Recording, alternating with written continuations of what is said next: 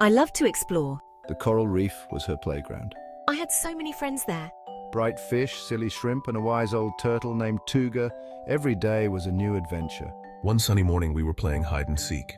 Stella squeezed into a tight spot, giggling. When she came out, her friends were gone. Stella was all alone. The coral reef seemed bigger now. The colors swirled around Stella. She was lost. I felt a little scared. What if I couldn't find my way home? But Stella was a brave starfish. She took a deep breath and decided to find help. I remembered what Tuga always said. If you're ever lost, look for me. I know the reef like the back of my shell. Stella started swimming, hoping to find Tuga. Stella swam and swam. Finally, she spotted Tuga munching on some seaweed. Tuga! Tuga, I got lost playing hide and seek. Don't worry, little one. Follow the jellyfish. They'll lead you back to the heart of the reef. Stella thanked Tuga and followed his advice. She swam towards the shimmering jellyfish. They pulsed through the water, a beautiful underwater ballet. The jellyfish led Stella, a curious and adventurous starfish, to a grumpy-looking octopus named Ollie. Stella had been exploring the reef all day and had lost her way. Ollie was sitting in a dark, shadowy cave, his tentacles all tangled up in a mess. He looked like he hadn't moved in ages, and his expression was one of deep annoyance. Excuse me, can you tell me how to get back to the heart of the reef? Stella asked politely, hoping Ollie would help her. Lost, are you? Ollie grumbled, his voice echoing through the cave. Can't you see I'm busy? He snapped, clearly irritated by the interruption. Stella thought for a moment, trying to come up with a way to cheer up the grumpy octopus. She didn't want to leave without getting directions, but she also didn't want to upset Ollie further. Then she had an idea. Stella did a funny little dance, wiggling her arms and legs in a silly manner. She hoped it would make Ollie smile. Ollie watched her dance, and slowly a smile began to spread across his face.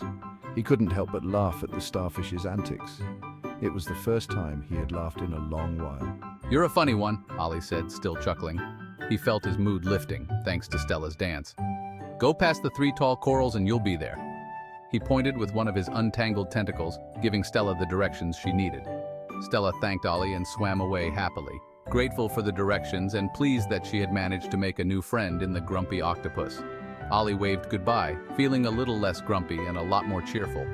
Maybe being grumpy wasn't so great after all, he thought to himself. Stella thanked Ollie and swam towards the 3 tall corals. The vibrant colors of the reef filled her with a sense of wonder and excitement. She loved exploring the underwater world, always finding something new and fascinating. As she swam, she saw a tiny seahorse tangled in some seaweed. The poor creature looked so helpless, struggling to free itself from the entangling strands. Help! Help! The seahorse's voice was filled with panic and desperation. Cried the seahorse. Stella knew she had to act quickly to help the little creature.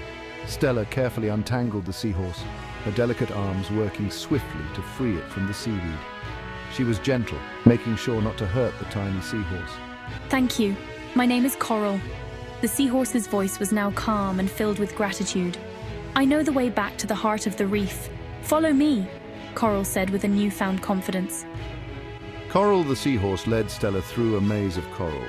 The path was winding and intricate, but Coral navigated it with ease, showing Stella hidden nooks and crannies of the reef. Finally, they reached a clearing.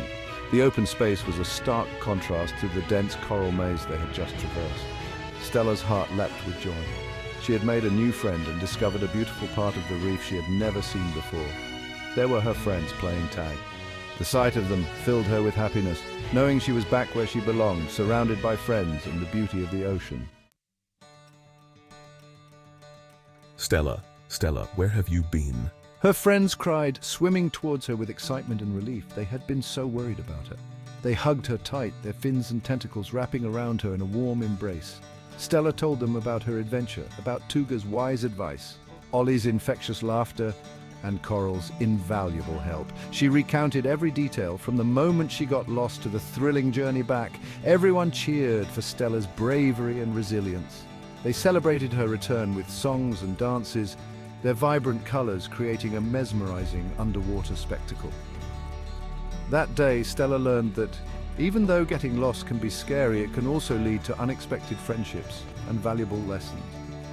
She realized that asking for help and helping others is always the bravest thing to do. It takes courage to admit you need assistance and even more to offer it. And she knew no matter where she explored, whether it was the deepest trenches or the highest coral reefs, she would always find her way back home. Her friends and family would always be there, ready to welcome her with open arms and hearts.